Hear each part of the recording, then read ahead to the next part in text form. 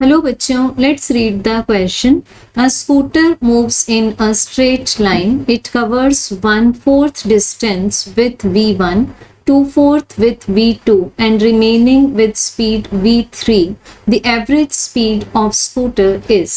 So question को हम refer कर सकते हैं NCERT 11th part 1 page number 42 and 43 पर.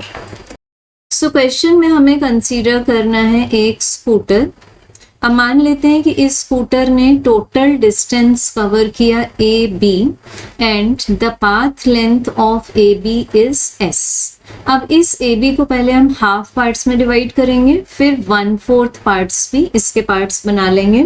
सो क्वेश्चन में हमें सबसे पहले बोला हुआ है कि it covers 1/4 distance. So A to C जो डिस्टेंस है हमारे पास में दैट इज s/4 और स्पीड थी स्कूटर की v1. देन 2/4 मीन्स क्या आ जाएगा, c से d डिस्टेंस. सो ये डिस्टेंस है हमारे पास में हाफ ऑफ s और इस समय स्कूटर की स्पीड है v2 एंड रिमेनिंग. तो रिमेनिंग क्या है हमारे पास में s/4 एंड इस समय स्कूटर की स्पीड है v3. So we have to find the average speed of the scooter. तो सबसे पहले तो हम लोग रिलेशनशिप निकाल लेंगे टाइम में. तो मान लेते हैं AC डिस्टेंस कवर करने में टाइम स्पेंड हुआ t1, CD में टाइम स्पेंड हुआ t2 एंड DB डिस्टेंस में टाइम स्पेंड हुआ t3. सो हमारे पास में t1 इक्वल्स टू आएगा s divided by 4v1, t2 equals to s divided by 2v2 and t3 equals to s divided by 4v3. अब find करनी है हमें average speed. So this is equals to the average speed means क्या आता है, total distance divided by total time.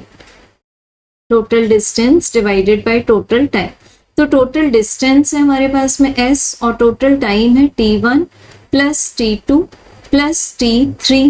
So V average will be equals to s divided by s by 4v1 plus s by 2v2 plus s by 4v3. अब हम लोग numerator को तो as it is लिख देंगे but denominator में हम LCM ले लेंगे. सो LCM क्या है हमारे पास में 4v1 v2 v3. सो ये टर्म्स हमारे पास आ जाएंगे.